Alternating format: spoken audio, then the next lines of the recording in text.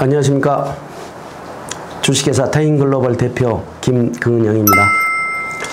이번 시간에는 발고주파를 하면서 여러 가지 증상이 나타나는데 우리가 그 증상에 대해서 질문이 너무 많거든요.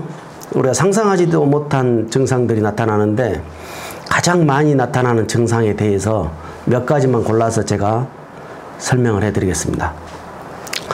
첫째, 이렇게 발을 하고 있는데 한쪽만 뜨거워진다고 그러거든요. 한쪽은 안 뜨거운데 한쪽만 뜨거워져요. 이런 사람들이 아주 많은데요. 첫째 그 원인은 과거에 다쳤거나 수술했거나 아픈 쪽이요. 그러니까 거기가 아파오는 겁니다.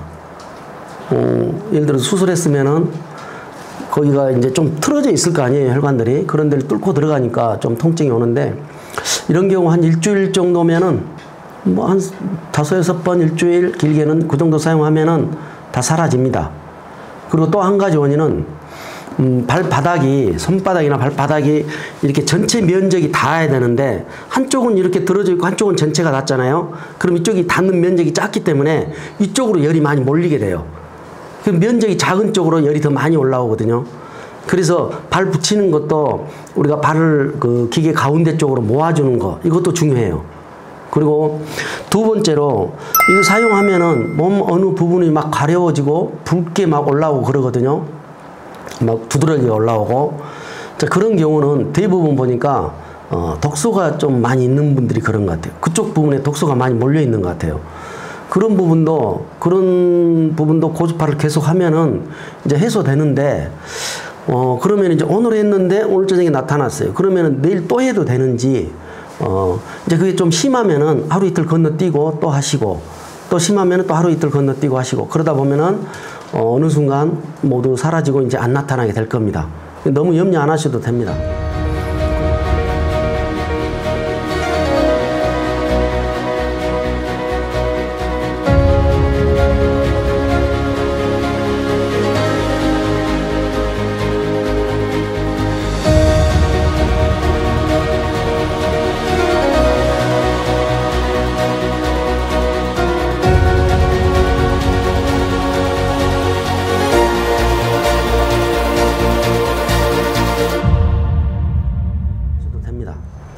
그리고 또 일부 여자분들 중에서는 또 하혈하시는 분도 있어요.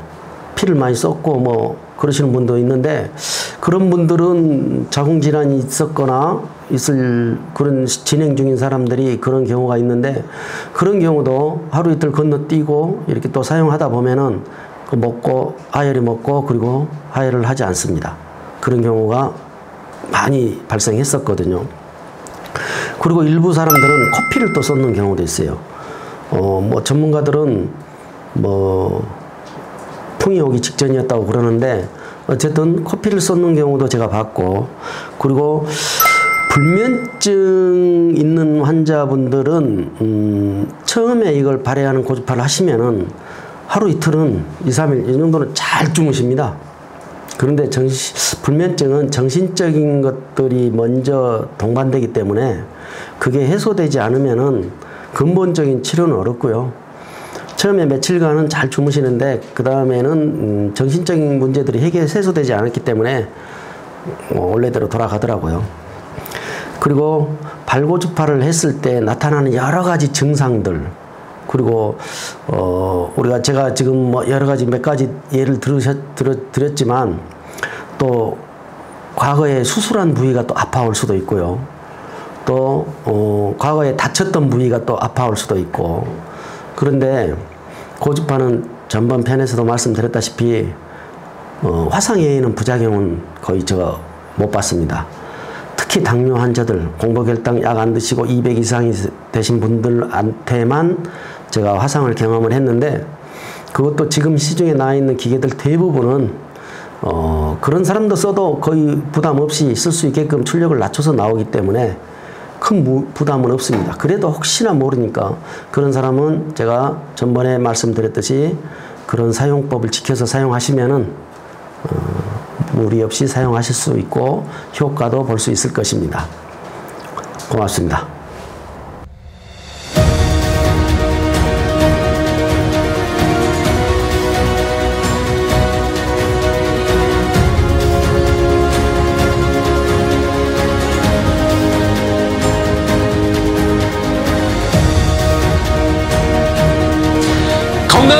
원하십니까? 정답은 세월입니다.